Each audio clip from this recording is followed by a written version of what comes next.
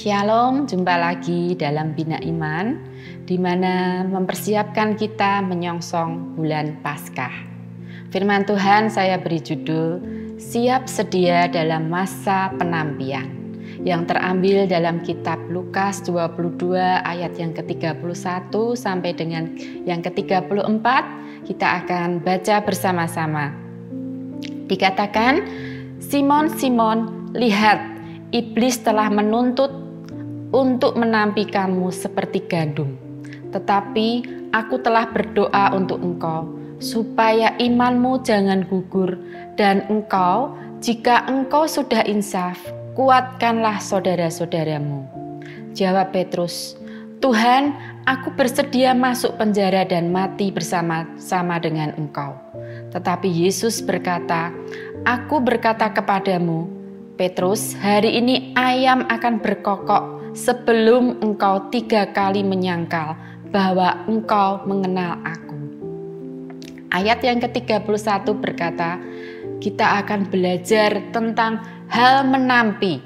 Kalau kita berbicara tentang menampi, artinya saat kondisi di mana kita mengalami masa ujian, pencobaan dengan berbagai persoalan yang ada. Menampi adalah memisahkan antara gandum dan kulitnya atau sekam. Demikian juga dengan kita sebagai orang Kristen. Suatu saat kita akan mengalami masa penampian itu, seperti halnya yang dialami oleh Petrus. Tujuannya apa? Supaya kita terus belajar hidup dengan mengandalkan Tuhan. Petrus tidak mengenal siapa dirinya sendiri dan tidak mengenal Tuhan dengan baik dan benar. Ketika Tuhan berkata, Petrus, engkau akan ditampi. Tetapi Petrus berkata, tidak Tuhan, aku akan tetap setia sampai akhir. Terkadang hal ini terjadi dalam hidup kita. Ketika semuanya baik-baik saja, kita akan berkata, Tuhan, Engkau baik, tetapi ketika badai persoalan itu datang, kita melupakan Tuhan. Menjadi marah, bahkan meninggalkannya, mencari cara-cara yang lain. Walaupun akhirnya Petrus sadar siapa dirinya yang penuh kekurangan.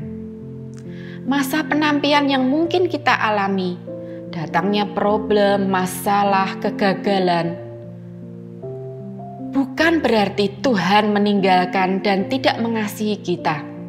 Ayat yang ke-32 dikatakan, tetapi aku, Tuhan, telah berdoa untuk engkau, supaya imanmu jangan gugur. Dan engkau, jikalau engkau sudah insaf, kuatkanlah saudara-saudaramu.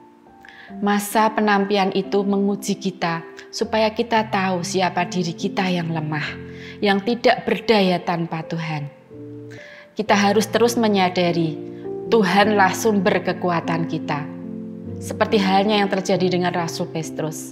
Setelah menyadari apa yang sudah dilakukannya, Tuhan menemui Rasul Petrus yang dikatakan dalam kitab Yohanes 21 ayat yang ke-15 sampai dengan yang ke-19.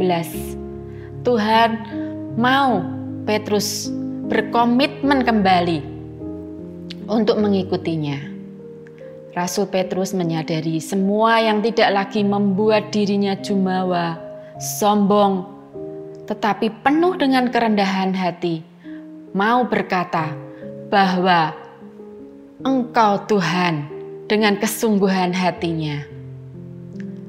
Mari, melalui Paskah, kita mau belajar bahwa memang terkadang ujian, masa penampian itu datang supaya kita dapat mengerti siapa diri kita dan terus mau belajar hidup mengandalkan Tuhan dengan benar supaya kita semakin mengerti rencana dan kehendak Tuhan dalam hidup kita.